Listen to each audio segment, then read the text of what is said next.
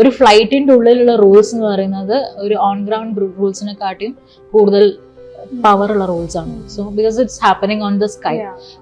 So എപ്പോഴും ആ ഒരു റൂൾസ് ഭയങ്കര കഠിനമായിരിക്കും. അവർക്ക് പിന്നെ ഫ്ലൈ ചെയ്യാൻ പറ്റില്ല. നോ ഫ്ലൈ ലിസ്റ്റിൽ ഇട്ട് കഴിഞ്ഞാൽ പിന്നെ അവർക്ക് ഒരിക്കലും ഫ്ലൈ ചെയ്യാൻ പറ്റില്ല. സോ ഓൾവേസ് പാസഞ്ചേഴ്സിനും അത്രയും ബോധമില്ലാത്ത പാസഞ്ചേഴ്സേ ഉള്ളൂ ഇങ്ങനെ ഒരു ഇഷ്യൂസ് ഉണ്ടാക്കുക.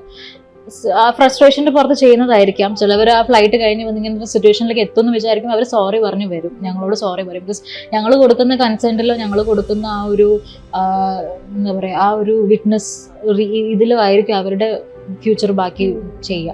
സോ ഞങ്ങൾക്കും ഉണ്ട് അതിന്റെ റൂൾസും കാര്യങ്ങളും എല്ലാം. പക്ഷെ ഞങ്ങളത് കാമായി കീപ്പ് ചെയ്തിട്ടാണ് ഞങ്ങൾ ബിഹേവ് ചെയ്യാറുള്ളത്. എപ്പോഴും റൂൾസ് ഒക്കെ നമ്മുടെ റൈറ്റ്സിനെയും കൂടെ പ്രൊട്ടക്ട് ചെയ്യുന്ന റൂൾസ് ആണ്. അതെ, ഒരിക്കലും അൺസേഫ് അല്ല. അത് ഞാൻ പറഞ്ഞ ഈ മിസ്കോൺസെപ്റ്റ്, അതെ ഈ മിസ്കോൺസെപ്റ്റ്സ് ഉള്ളത് നമ്മൾ ഈ ഒരു ജോലിക്ക് പോയി കഴിഞ്ഞാൽ സേഫ് അല്ല എന്നുള്ളതാണ്. പക്ഷെ അങ്ങനെയല്ല. അത് എയർക്രാഫ്റ്റ് റൂൾസും DGCA, directorate of general civil aviation, അതാണ് ഇതിന്റെ ഹെഡ്. എന്താ പറയുക, ഏവിയേഷന്റെ ഹെഡ് ഇന്ത്യയിൽ വരുന്നത് അവരതാണ്.